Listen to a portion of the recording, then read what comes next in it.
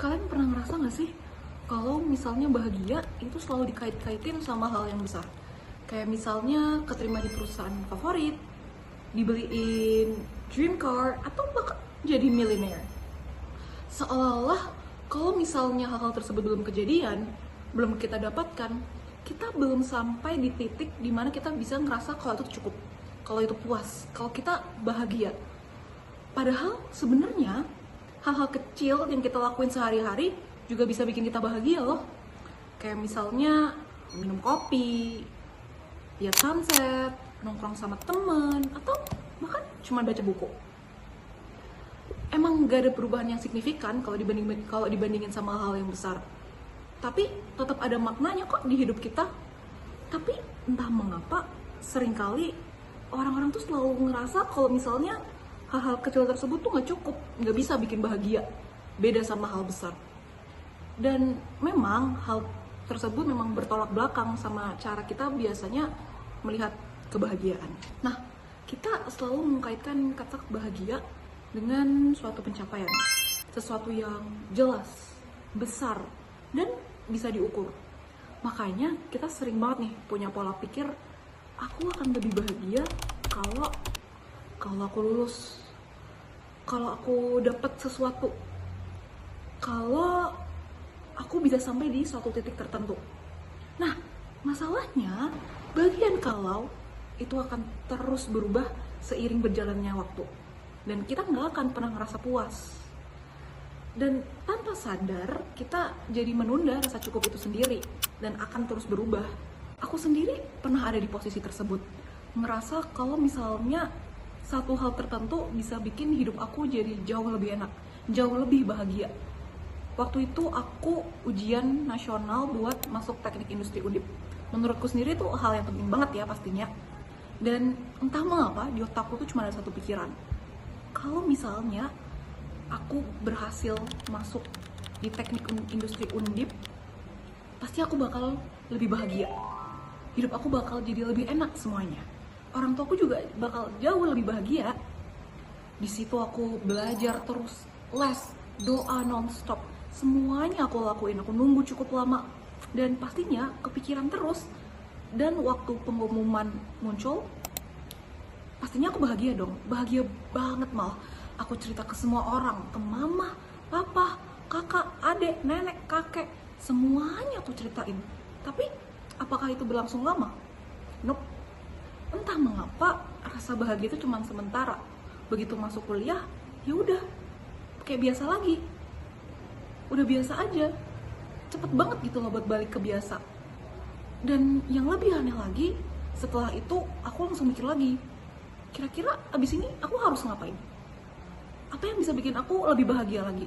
Apa yang bisa bikin orang tua aku jauh lebih bahagia? Nah, kalau dilihat lagi, sebenarnya ini pola yang terus berulang. Kita nunggu sesuatu, kita dapat, kita seneng, tapi beberapa waktu kemudian kita balik lagi ke kondisi awal. Dan tanpa sadar, kita balik lagi ke kondisi dari awal. Nunggu lagi, berharap lagi, dan siklus ini akan terus berjalan. Ternyata ini bukan cuma pengalamanku aja. Dalam psikologi ada konsep yang menjelaskan hal ini. Namanya hedonic adaptation. Nah, di konsep ini dia menjelaskan bahwa manusia itu cenderung kembali ke kondisi emosional yang relatif stabil meskipun mengalami perubahan yang cukup besar di dalam hidupnya. Baik perubahan besar yang baik ataupun yang buruk. Jadi ketika kita mendapatkan sesuatu yang kita inginkan, akan ada rasa peningkatan, rasa senang, rasa bahagia di awal. Tapi seiring waktu berjalan, kita akan mulai beradaptasi. Apa yang tadinya terasa spesial bagi kita, perlahan akan terjadi biasa. Bukan karena hal tersebut kehilangan makna, tapi karena kita sudah terbiasa dengan kehadirannya. Contohnya nih, kita lagi kerja dan kepikiran, coba aja aku dapat promotion dengan gaji yang lebih tinggi. Nah, beberapa hari kemudian, kita mendapatkan hal tersebut dan pastinya kita ngerasa sangat bahagia.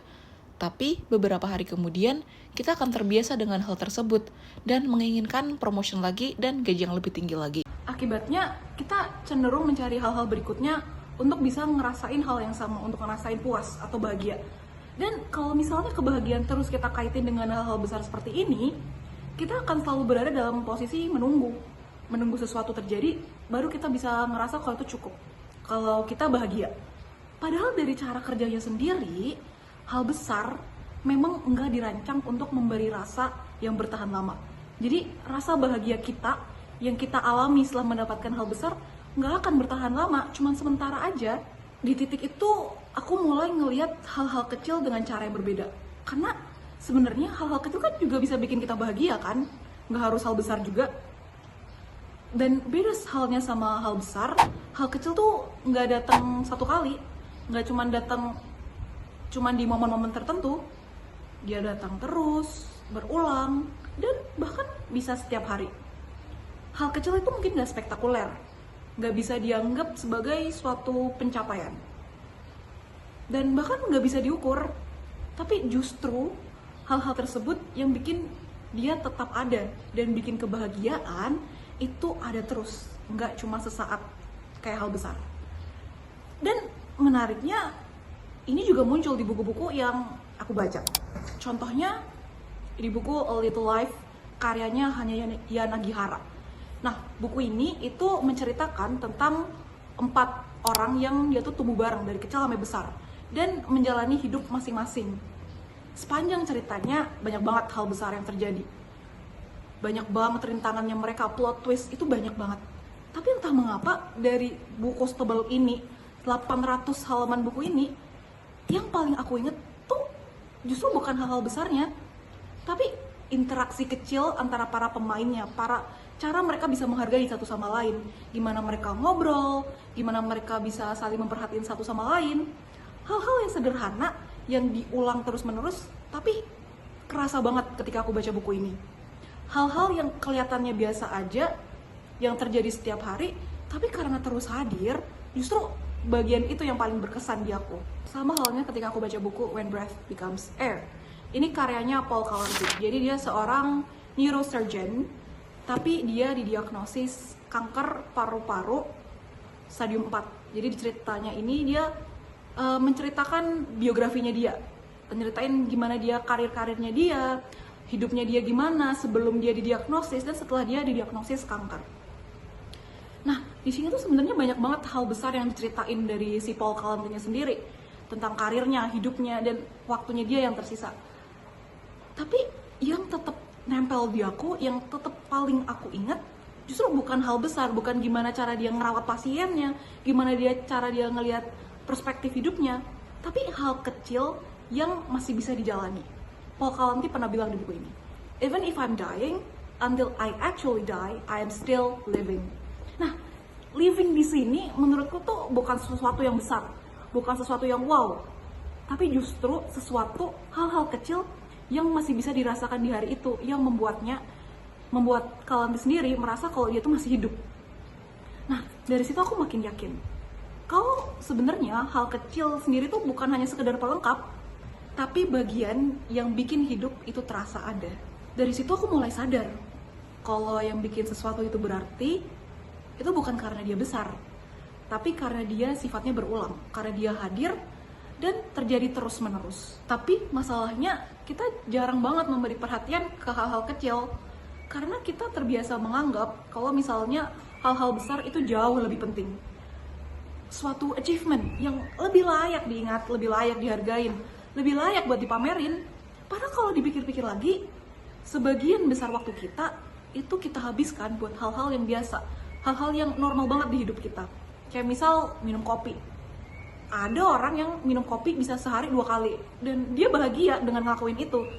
Ada juga orang yang dia nongkrong sama temennya dan dia jadi bahagia banget. Ada juga orang yang baca buku biasa aja, tapi setelah dia nyelesain buku tersebut, dia jadi bahagia juga. Hal-hal tersebutlah, hal-hal kecil di momen-momen yang gak spesial itu, di hal yang kalau dilewatkan, kita gak akan pernah merasa kehilangan sesuatu yang besar. Karena kita selalu merasa bahagia terus-menerus, gak ada makanya adanya rasa kehilangan. Tapi justru itu yang paling sering terjadi. Dan mungkin tanpa kita sadari, itu yang selama ini membentuk hidup kita. Jadi mungkin sekarang pertanyaannya bukan lagi apa hal besar berikutnya yang bisa aku lakuin biar aku bisa bahagia, tapi apa yang selama ini bisa bikin aku bahagia tapi nggak pernah aku anggap berarti. Karena bisa aja yang kita cari selama ini nggak selalu ada di hal-hal besar, hal-hal yang kita impikan, tapi ada di hal-hal kecil yang kita lewatin, yang kita lakuin setiap hari. Momen-momen kecil tersebut yang bisa bikin kita bahagia juga.